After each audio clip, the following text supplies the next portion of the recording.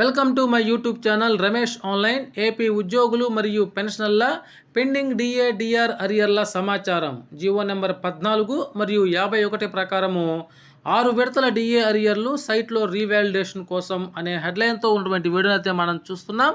చూసే ముందుగా ఫ్రెండ్స్, ఎవరైనా ఫస్ట్ టైం మన ఛానల్ని విజిట్ చేసినట్లయితే తప్పకుండా సబ్స్క్రైబ్ చేసుకొని పక్కనే ఉన్న బెల్ ఐకాన్ టచ్ చేయండి. అదేవిధంగా వీడియో మీకు నచ్చినట్లయితే ఒక లైక్ చేసి మన మిత్రులందరికీ షేర్ చేస్తారని ఆశిస్తూ, ఇక విషయానికి వచ్చినట్లయితే మనకి పాత పిఆర్సీ ప్రకారము 2018 పిఆర్సీ ప్రకారము పెండింగ్ డిఏ అరియర్స్ కనుక లిస్ట్ కనుక మనం గమనించినట్లయితే మనకి జీవో ఎంఎస్ నంబర్ 14 ద్వారా 29/1/2019 ప్రకారము డిఏ రైజ్డ్ ఫ్రమ్ 27.248 టు 30.392 అనగా 3.144% డిఏ పెరుగుదలకి ఉద్యోగులకు రావాల్సినటువంటి అరియర్లని 3 సమాన విభాగాలుగా విభజిస్తామని చెప్పారు. అప్పుడు దాని ప్రకారం ఫస్ట్ ఇన్స్టాల్మెంట్ 1/7/2018 నుంచి 30/4/2019 వరకు 10 నెలలు.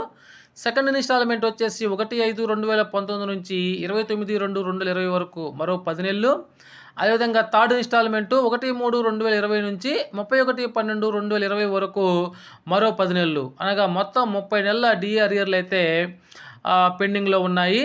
ఇక మనకి అదే పిఆర్సీ 2018 ప్రకారము జీఓఎంఎస్ నంబర్ 51 డేట్ 31/7/2021 ప్రకారం కనుక మనం చూసినట్లయితే డిఏ రైజ్డ్ ఫ్రమ్ 30.392 టు 33.536%, అనగా ఇది కూడా 3.144% డిఏ పెంపుదలకి ఇక్కడ కూడా 3 సమాన విడతల్లో చెల్లిస్తామని చెప్పడం జరిగింది.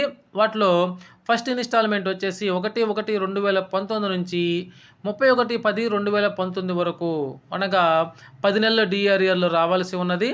ఇక సెకండ్ ఇన్స్టాల్మెంట్ కూడా 1/11/2019 నుంచి 31/8/2020 వరకు మరో 10 నెలల అరియర్లు అయితే రావాల్సి ఉన్నది. మూడో ఇన్స్టాల్మెంట్ కూడా 1/9/2020 నుంచి 30/6/2021 వరకు మరో 10 నెలల డిఏ అరియర్లు అయితే ఉద్యోగులకి రావాల్సి ఉన్నది. అనగా మొత్తం 30 నెలల డిఏ అరియర్లు పెండింగ్లో ఉన్నాయి.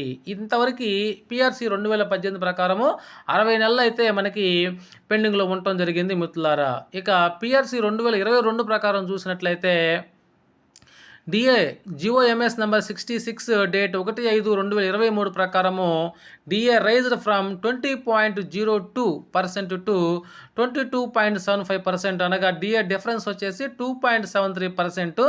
దీనికి సంబంధించి కూడా 3 సమాన విడతల్లో చెల్లిస్తామని చెప్పడం జరిగింది. అందులో ఫస్ట్ విడత 1/1/2022 నుంచి 30/6/2022 వరకు 6 నెలలు. సెకండ్ ఇన్స్టాల్మెంటు 1/7/2022 నుంచి 31/12/2022 వరకు 6 నెలలు. అదేవిధంగా మూడో ఇన్స్టాల్మెంటు 1/1/2023 నుంచి 30/6/2023 వరకు 6 నెలలు, అనగా మొత్తం 18 నెలలు డిఆర్ అరియర్లు అయితే పెండింగ్లో ఉన్నాయి. ఇక జీఓఎంఎస్ నెంబర్ 113 డేట్ 21/10/2023 ప్రకారము డిఏ డిఫరెన్స్ వచ్చేసి 3.64% ప్రకారం చూసినట్లయితే ఫస్ట్ ఇన్స్టాల్మెంటు 1/7/2022 నుంచి 31/12/2022 ప్రకారము 6 నెలల అరియర్లు. సెకండ్ ఇన్స్టాల్మెంటు 1/1/2023 నుంచి 30/5/2023 ప్రకారము 5 నెలల అరియర్లు. ఇక 1/6/2023 నుంచి 31/10/2023 వరకు మరో 5 నెలల అరియర్లు కలుపుకుంటే మొత్తానికి 16 నెలల అరియర్లు అయితే మనకి ఇక్కడ పెండింగ్లో ఉన్నాయి. ఇవి పిఆర్సీ 2022 ప్రకారం మనకి 34 నెలల అరియర్లు అయితే పెండింగ్లో ఉన్నాయి.